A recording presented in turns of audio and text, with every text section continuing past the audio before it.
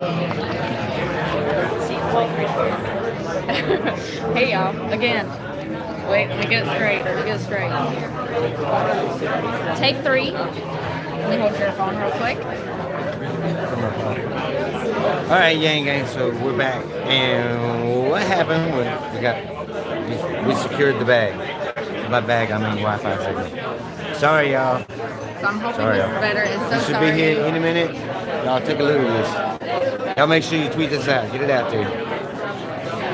Woo. This place is packed, y'all. And when I say packed, I mean like it's packed. I can't even lock the door over there. Yay! And is everything looking clear?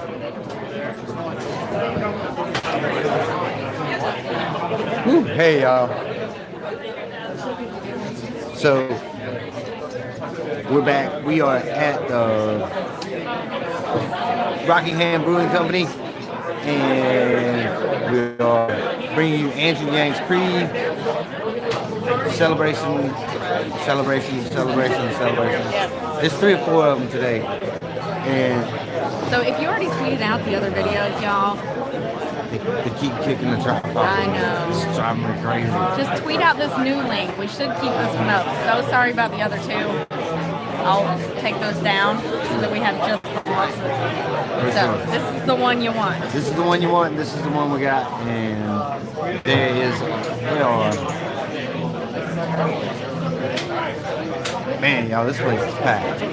Happy New Year's to y'all. Y'all stay safe out there. If you're gonna drink, don't drive. Don't do it. Don't do it. Don't do it. We need every Yang Gang to be safe out there because we love you and we appreciate you and we don't want you to. Okay? We need you. And we're really close to the camera because we are shoved up against the wall right now. We're really close to the camera, and I'm thinking about just holding the tripod. You know what I'm saying? Yeah, just try to keep it steady. It's getting kicked a lot. Yeah, it's getting kicked a lot. And thank you to all of y'all that are watching. Yes. Please get it out there. Tell them support the little guys like us. I'm saying we're the little guys. Compared to others that are live streaming at the same time, we're the underdog. We are the underdog. But whatever, we've always been that way. And we're more country and more friendly. Broke folk vote for the win. So anyway, he should. Thanks, Gavin. Thank you, Gavin. Loud. So you all should have. Did the second one never load or what? I'm only seeing. That is loud. We're going to adjust the volume. Okay. Try that. Maybe one more. A little bit more. I warm up the crowd, and I'm your mic tester. All right, Andrew's going to be here in a few minutes. I've said hi to some of you already. First of all, let us thank the folks in Rockingham Brewing because their beer is awesome and their hospitality is even better for having us here today.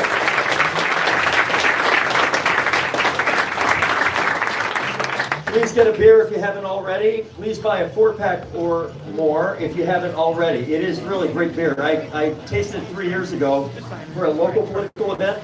And we thought of them when we wanted to come to Derry on New Year's Eve day. This is the 3rd of 6 stops on a virtual bar hopping tour of New Hampshire that will end in Nashua at midnight tonight as we kick it 2020, which, by the way, is the year Andrew Yang will get elected president of the United States.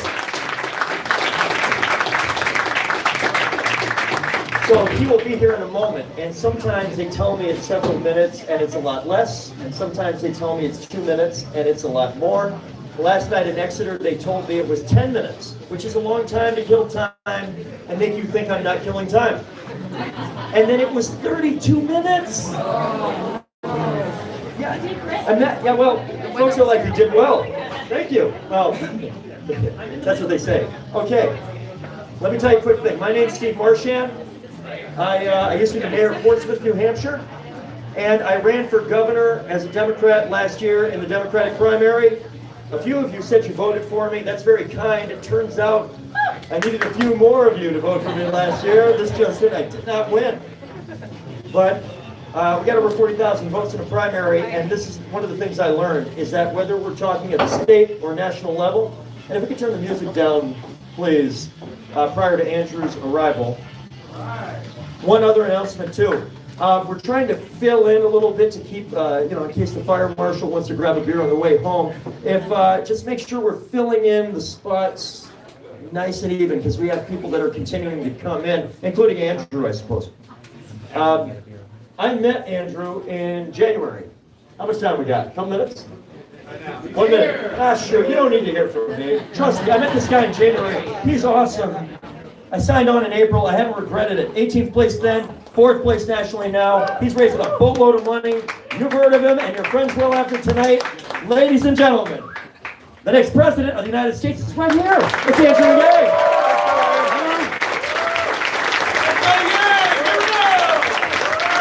Hello, New Hampshire. All right. So good to see everyone. I want to shout out Rob and Allie, the owners of this great establishment, for opening it up to us all. Let's give them a round. I love small businesses so much. Small businesses are the life's blood of every community. They give it its spirit and vitality. I spent years as an entrepreneur myself, but way before that, I went to high school right here in New Hampshire. How many of you all knew that? Yeah, I went to Phillips Exeter Academy. I'm told it counts. And graduated in, barely, that's right. And graduated in 1992. After that, I went to college in Rhode Island at Brown. Didn't know what to do, so I went to law school. Became an unhappy lawyer for 5 whole months. And then I left to start a business, which is one reason why I love entrepreneurs so much. How many of you have started a business or a club or an organization? So if you have your hand up, you know 2 things. Number 1, it's much harder than anyone ever lets on. And number 2, when someone asks you how it's going, what do you say? Great. It's going great. My business went great until it failed.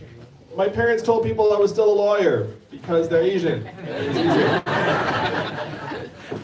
But I've been bitten by the bug, and I worked at another startup and then another, and then I became the head of an education company that grew to become #1 in the United States. It was bought by a bigger company in 2009. 2009 was a very tough time in a lot of the country. How many of you were here in New Hampshire 10 years ago, 2009? How was the financial crisis here in this part of the state?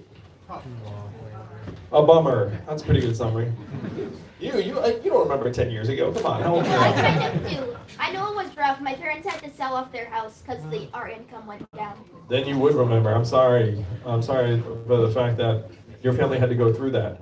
And I thought I had some insight as to why the financial crisis had happened to your family and so many others. It was because many of the kids I'd gone to school with had headed to Wall Street and helped come up with mortgage-backed securities and exotic financial instruments and derivatives. And I thought, what a train wreck. I can't believe that's what we have people doing. So I thought, what's the opposite of that? And again, it was entrepreneurship. I thought we should have people heading to Detroit and Cleveland and St. Louis and Baltimore to help create businesses. But having tried to do that myself, again, super hard. So you can't send people to a place and be like, start a business. That would be nearly impossible. But what I thought would be possible is for them to go to work at a growth company that was starting to find its legs and then help that business for 2 years as an apprentice or a sidekick. Because that's what I did for a number of years. I was a more experienced entrepreneur's lieutenant. So I quit my job, and I really, my wife and I joke that this is like a bait and switch, because when she and I met, I was a pretty normal guy. Certainly, if she thought I was going to run for president, she would have run the other way.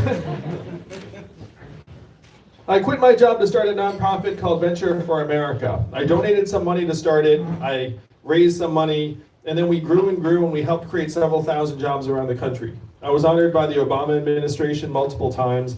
I got to bring my wife to meet the president, so my in-laws were very excited about me that week. Had some nice pictures of their daughter with the president. But unfortunately, while I was traveling the country, I had this sinking feeling that things were getting worse, not better, in many, many places. And I was being celebrated for my work with entrepreneurs, and I felt like I was pouring water into a bathtub that had a giant hole ripped in the bottom. That for every job I was helping to create, we were losing 5 or 10 or 100 jobs. And then Donald Trump became my president in 2016. You all remember that night? How did you react to his victory? Disbelief, tears, shock. But we have many friends and family members and neighbors who had the opposite reaction. I know I do. And to me, this was a giant red flag that tens of millions of our fellow Americans decided that taking a bet on the narcissist reality TV star was the right way to go.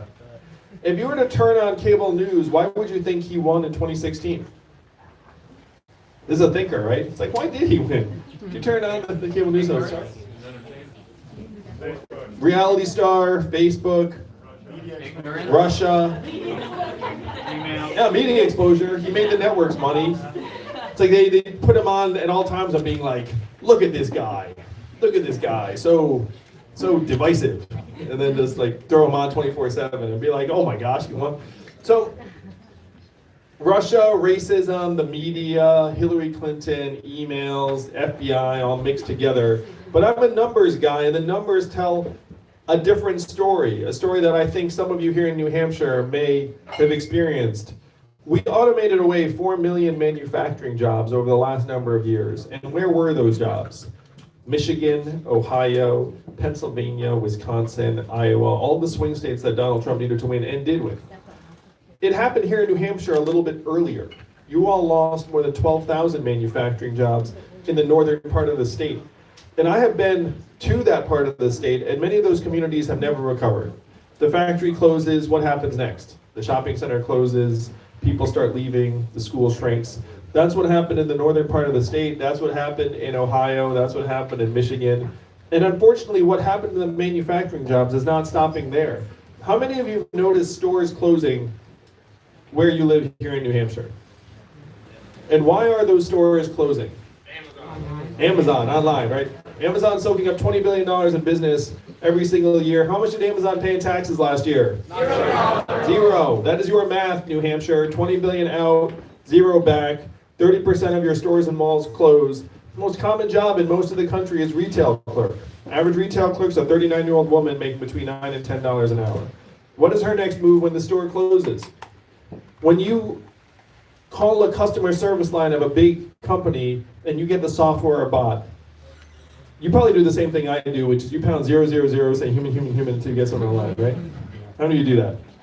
Like all of us do that. But in 2 or 3 short years, the software is going to sound like this. Hey Andrew, how's it going? What can I do for you?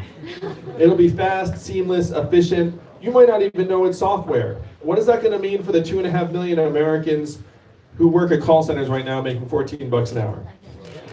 How many of you know a trucker here in New Hampshire, a truck driver? Most common job in 29 states, and my friends in California are working on trucks that can drive themselves.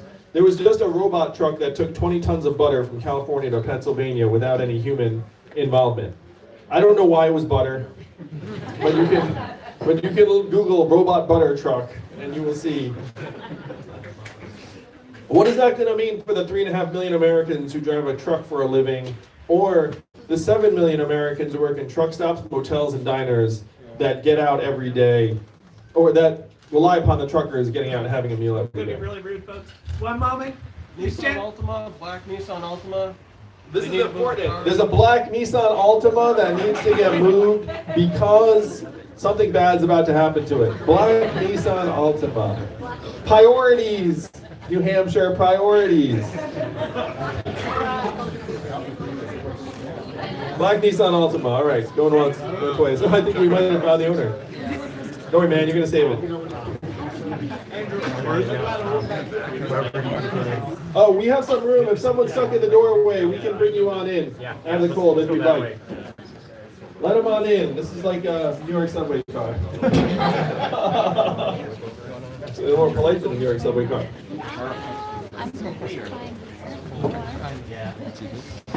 We're going through the greatest economic transformation in the history of our country right now, what experts are calling the fourth industrial revolution. It started with agriculture, moved to manufacturing, now it's hitting retail, call centers, fast food and food service, eventually truck driving. When is the last time you heard a politician even talk about the fourth industrial revolution? No, never. Just now, and I'm barely a politician. I'm an entrepreneur and problem solver. Trump wins. I go through the numbers. I see, oh my gosh, this automation wave and it's going to tear our communities apart. It already is. But my first move was still not to run for president of the United States. I went to Washington, D.C. and I asked our leaders, what are we going to do to help our people, our families, and our communities manage this transition? And what do you think the folks in D.C. said to me?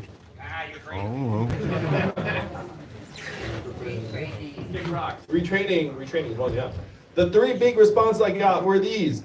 Andrew, we cannot talk about this. Andrew, we should study this.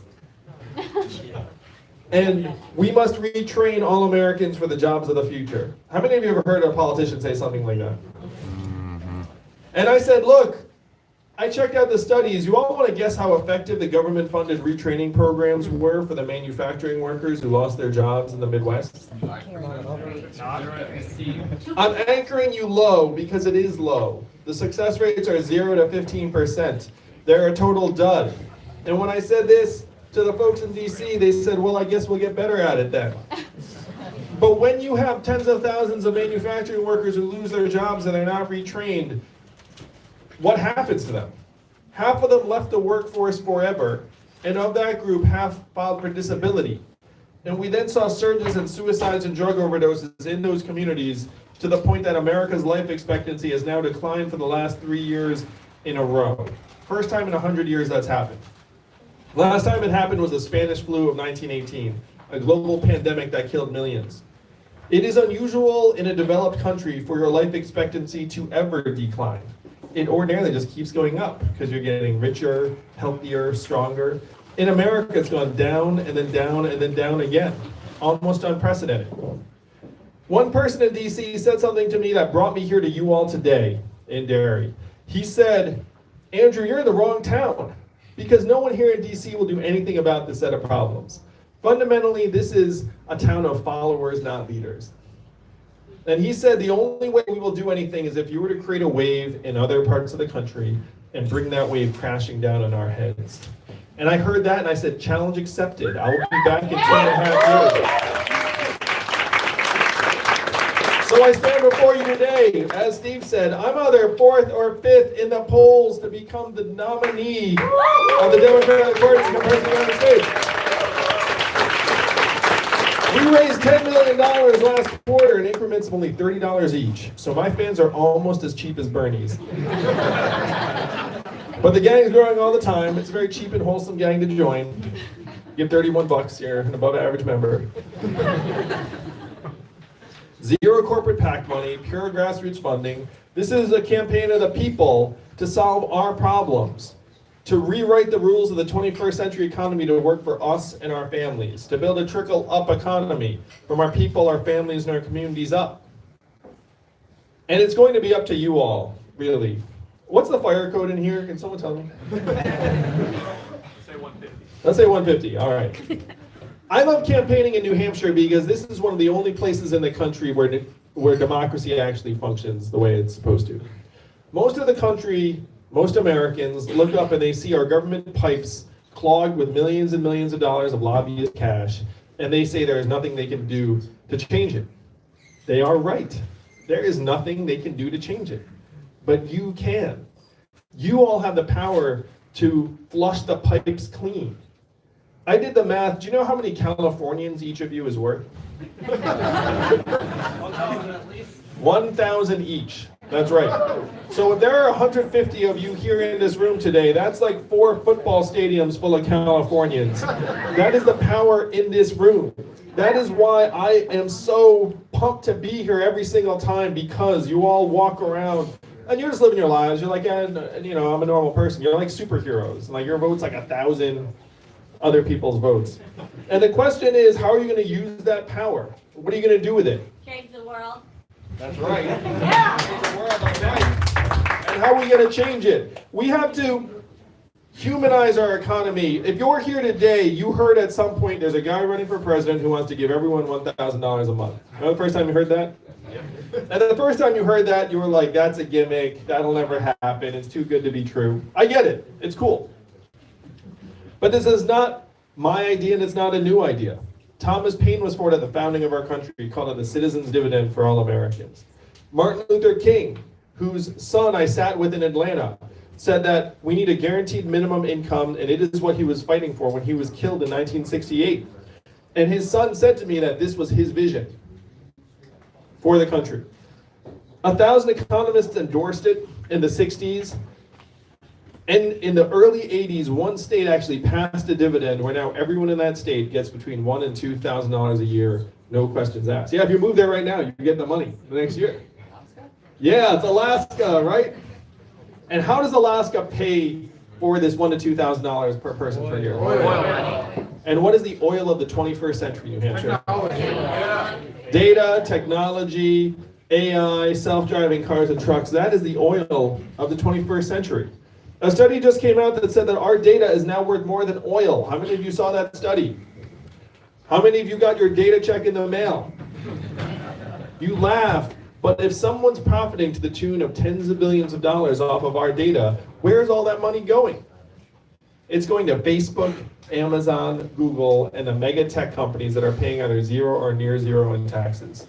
Do you see the game, New Hampshire? You're getting depleted and sucked dry by these megacorps that are paying virtually nothing back into the system. And you look around and you wonder why things seem like they're heading the wrong direction. If you were born in the 1940s, first congratulations, because that's pretty good run. But if you were born in the 1940s, there's a 93% chance that you're going to be better off than your parents. That is the American dream. If you were born in the 1990s, like many of you clearly were, you're down to a 50-50 shot and it's trending south very, very quickly. That is why Donald Trump won, is because we can sense that this economy is not bringing us along. It's leaving us behind. So you put this $1,000 a month into our hands, we take our fair share of every Amazon sale, every Google search, every Facebook ad, every data check, every robot truck mile, every AI work unit, put it into our hands. We can strengthen our communities very, very quickly, because where would you actually spend the money in real life? Student loans. Yeah, student loans. That's it. Right here in this establishment. That's why Rob and Allie opened this up. They said, let's get some more money into people's hands so they can enjoy our beer a little bit more frequently, maybe even tonight. Most of it would stay right here in New Hampshire, am I right? A little bit of it would float up to the cloud. You might get your own Netflix password instead of just passing the same one around. Never. Yeah, you can legitimately say never, because Netflix also pays zero in taxes. So they can't really complain that much. But most of it would go to car repairs you've been putting off, and daycare expenses, and Little League signups, and local nonprofits, and religious organizations, and civic organizations. This is the trickle-up economy that you can make real as quickly as possible. You must make it real, because in the absence of this kind of move, AI is about to leave the lab and start eating up more and more of the value and the most common jobs in our society, and we're not going to see any of it. Because if the robot trucks come, how much tax revenue are we going to see from the self-driving truck companies? Zero. Again. No, because they're all going to get bought by the mega tech companies that then will just shift all the earnings overseas and park tens of billions of dollars. This is the game that they're playing with our future. How many of y'all are parents like me? I'm running for president not because I fantasized about being president. As you can tell, I have something of a distaste for Washington, D.C. I'm running for president because I have seen the future that lies ahead for your kids and mine, and it is not something I am willing to accept. And you should not accept it either. You have the power to change it, and you alone. There is no other New Hampshire. This is our chance, our only chance. In the absence of seizing this opportunity, we have 4 more years of the stores closing and the robot trucks hitting the highways and the AI coming out of the lab. We have to humanize the economy as quickly as possible and make it revolve around our own well-being.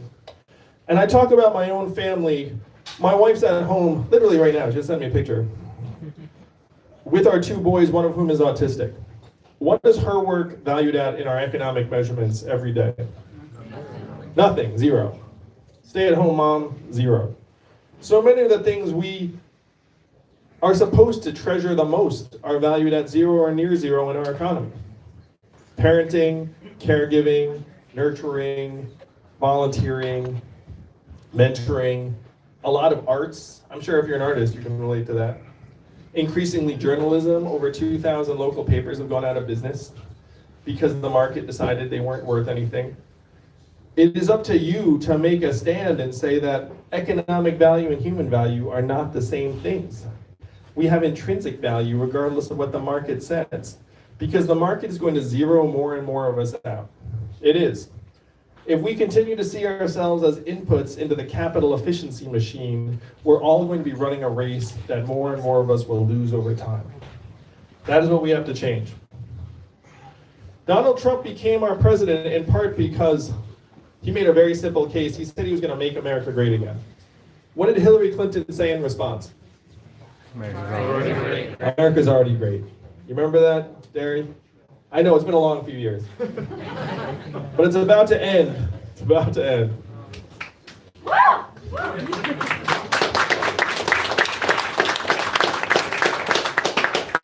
She said that America was already great, and that message did not work with many Americans. Because the reality is, we do have problems. We have a mental health crisis in this country, record high levels of student loan debt, stress, anxiety, again, even suicides and drug overdoses, all at record highs in this country. So the problems are real, but Donald Trump's solutions were the opposite of what we need. He said, we're going to build a wall, we're going to turn the clock backwards, we're going to bring the old jobs back. New Hampshire, you know that we have to turn the clock forward. We have to accelerate our economy and society as quickly as possible to rise to the real challenges of this time. We have to evolve in the way we think about ourselves and our work and our value. And I am the ideal candidate for that job because the opposite of Donald Trump is an Asian man who likes math. Thank you very much, Derry. Thank you. Many of you may not know this, but math is an acronym, and what does it stand for? Make America think harder. That's right, New Hampshire. Make America think harder. It's your job to move this country not left, not right, but forward. And that is where we are going to go in the new year and in the new decade. Thank you all, New Hampshire. Let's make history together. I love this place. Hey, thanks everyone for being here. We're going to do selfies and book signings. If you want to make a line on the left side of the room, my left, right over here. You got your picture taken. And please grab a drink at the bar. Thanks so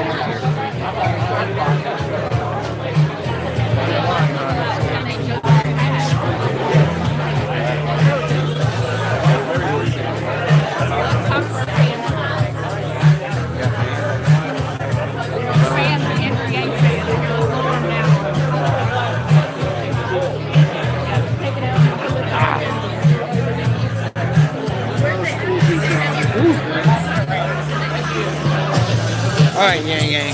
So, y'all, this place is like absolutely packed. I'm talking about there are so many people here, y'all.